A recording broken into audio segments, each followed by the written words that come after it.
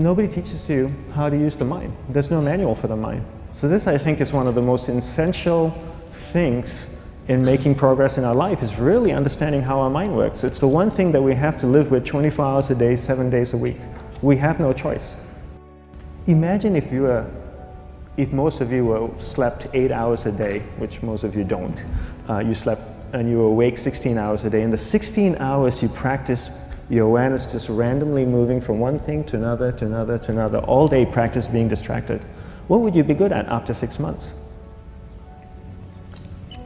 You did the 16 hours a day, you just allow your awareness to jump from one thing to another, to another. I'll tweet right now, I'll switch to text messaging, then I'll go to email. Oh, my phone's ringing, so I'll answer the phone. And then somebody's speaking to me, so I'll have 2 conversations at one time. And I'll just do this 16 hours a day, 7 days a week. So you get at being good at distracted. After 1 year, you're an expert at being distracted. After a year and a half, they'll invite you to give keynote talks on being distracted. You're so good, you practice 16 hours a day. So the same works for the opposite. If you practice being concentrated 16 hours a day, what would you become good at? You become good at concentrating. And all it takes is practice. By just doing one thing at a time. Keeping your awareness on one thing at a time. And you integrate this into everything that you do in your life. So the best way to do it is pick a few opportunities in your everyday life. For example, we all speak with people. When I speak with somebody, I give them my undivided attention. I keep my awareness on them, and the conversation is really brief. Why? Because we're concentrated. We're not being distracted. A 10-minute conversation normally just takes 3 minutes because you're just so focused. I define concentration as the ability to keep that awareness on one thing for a prolonged period of time. So if I can keep my awareness on Eric and not drift away and think about the wedding, or drift away and think about the vacation, or what I'm going to do later, then I'm concentrating on Eric. Every time it drifts away, I bring it back. And the more I practice this, the more I practice concentration. So concentration is the ability to keep your awareness on one thing for a prolonged period of time. And that's a very simple definition of concentration.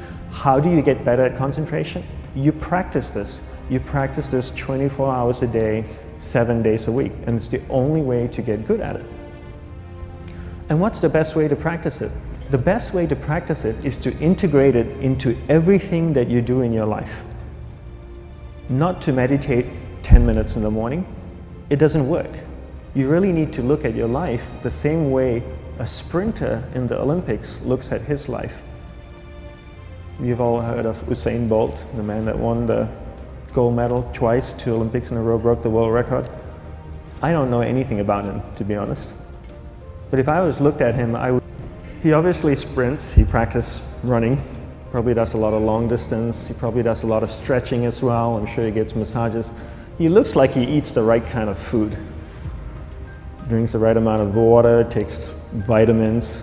His whole day is so disciplined. For what? To prepare him for 9.57 seconds. I think that's what the world record is, right? For 100 meters, 9.5 or 9.57 seconds. His whole day is preparing him for that short time, not the other way around. A lot of people say, you know what, I need to be more concentrated. So you know what, I'm going to meditate in the morning, I'll sit down for 2 minutes. Okay, now I'm Zen master. And the remaining 23 hours and 58 minutes, they just go about being ordinary and crazy. How does that work? How would you change? It's not balanced at all. So if for 23 hours and 58 minutes you were not being concentrated, you allowed your awareness to jump from one thing in your mind to another thing, to another thing, to another thing, to another thing, in an uncontrolled way, what would you be good at? And out of a prolonged concentration comes the wonderful power of observation. You just become more observant, and when you become more observant, you see solutions quicker and you solve things quicker. And it's a wonderful, powerful feeling when somebody is concentrated on you and not being distracted. So the best way is to integrate it into your everyday life. You're speaking with your spouse, give her or give him your undivided attention. So develop your awareness, integrate it into everything that you do in your life. And that's the best way you become good at.